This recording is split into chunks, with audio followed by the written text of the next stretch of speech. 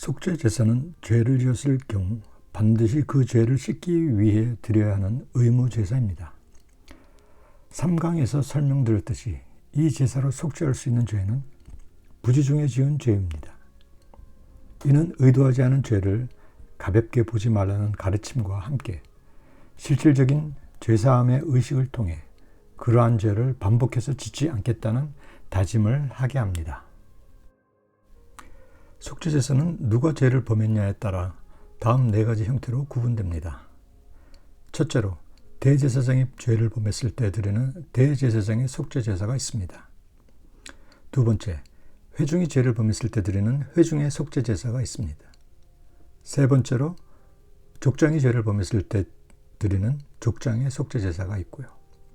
네 번째, 마지막으로 일반 평민이 죄를 범했을 때 드리는 평민의 속죄제사가 있습니다. 레위기 4장 3절에서 12절은 기름 부음을 받은 제사장이 범죄를 하였을 때 드리는 속죄제사를 기술하고 있습니다.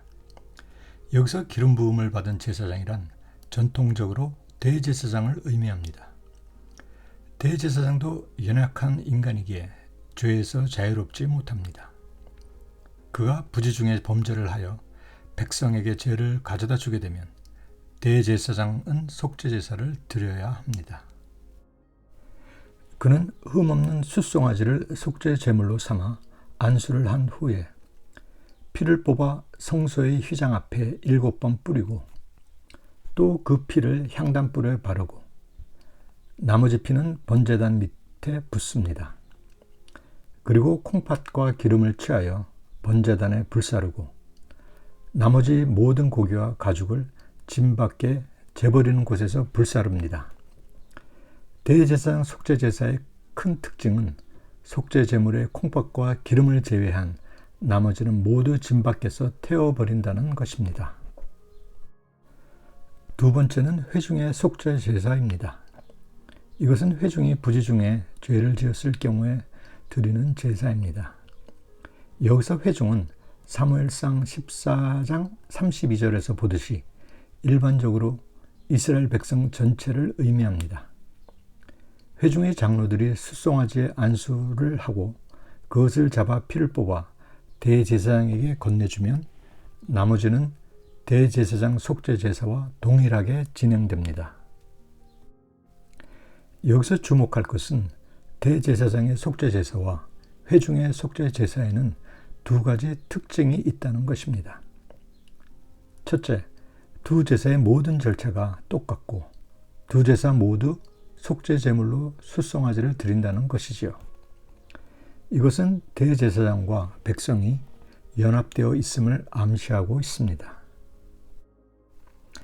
이사야서 53장 5절에서 오실 메시아를 예언한 이사야도 같은 의미로 말씀을 선포하고 있습니다.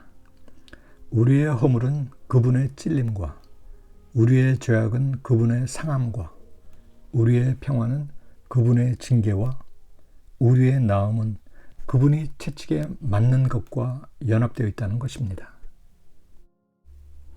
같은 맥락으로 히브리서 기자도 예수님도 자기 피로써 백성을 거룩하게 하려고 성문 밖에서 고난을 받으셨다고 기록하면서 하나님의 백성은 대제사장이신 예수님이 가시는 길을 따라가야 한다고 권고합니다.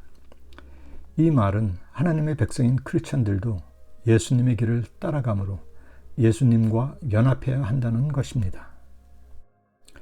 두 번째 특징은 기름을 제외한 제물의 모든 것을 진 밖에서 다 불태워버린다는 것입니다.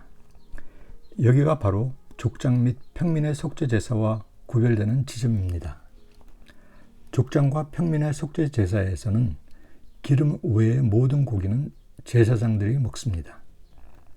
그러나 대제사장과 회중의 속죄제사의 고기는 모두 진 밖에서 태워야 하므로 제사장이 먹을 것은 없습니다.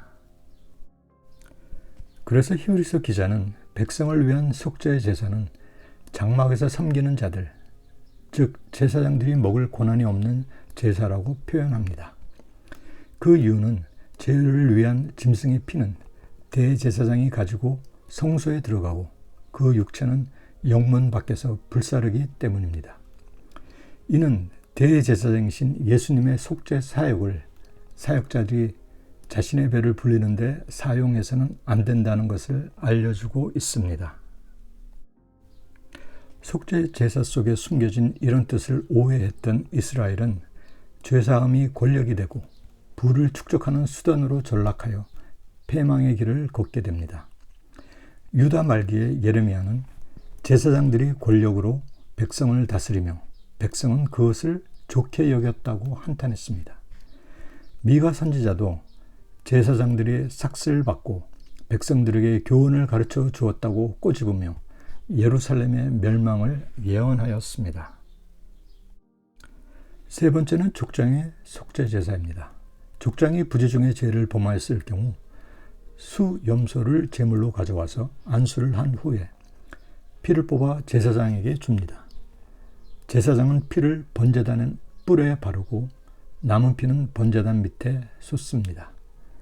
그리고 기름을 취해 화목제 희생의 기름같이 번제단 위에 불사르고 나머지 고기는 제사장의 몫으로 남겨두어 제사장들이 뜰에서 먹도록 합니다. 여기서 족장으로 표현된 단어는 리더를 말합니다.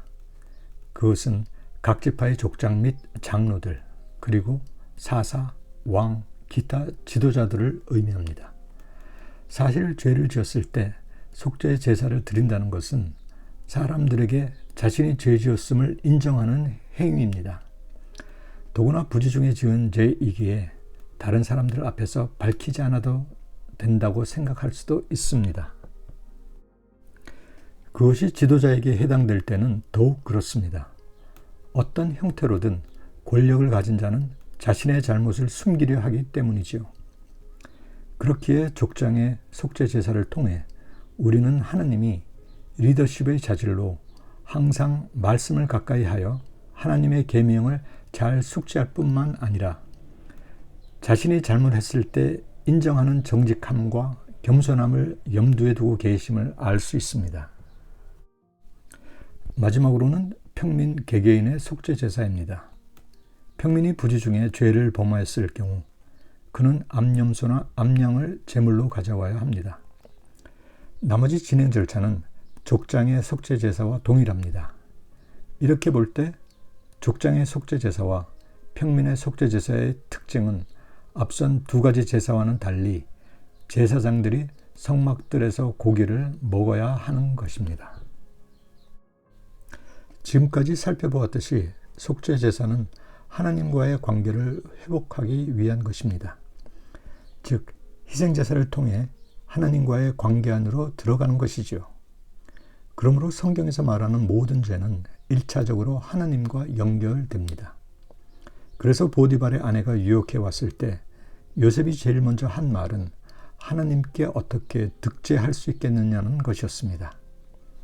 다윗도 마찬가지로 밧세바 사건으로 회개할 때 나는 주께만 범죄하였다고 고백하였던 것입니다. 그러나 이웃에게 죄를 지었을 경우 속죄 제사만으로는 이웃과의 관계 회복에 미흡합니다.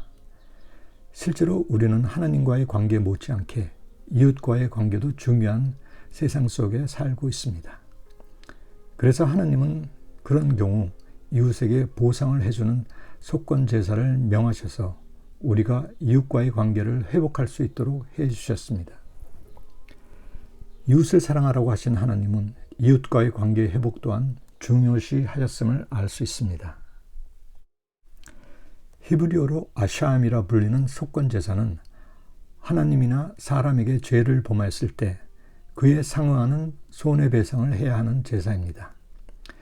예를 들면 하나님의 성물과 관련된 범죄나 하나님의 금령을 어겼을 때 속건 제물을 제사장에게 가져와야 하는데 이는 결국 제사장이나 레위인이나 가난한 이웃에게 돌아갈 목들입니다.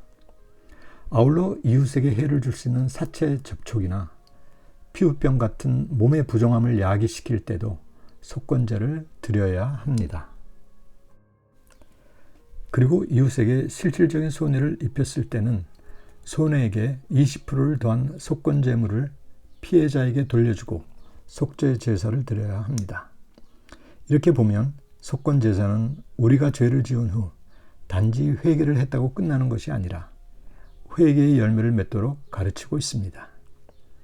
마치 삭개오가 예수님을 만난 후 자신의 재산을 가난한 자들에게 나누어 주고 자신이 빼앗은 것이 있다면 4배로 갚겠다고 약속하였듯이 말이죠.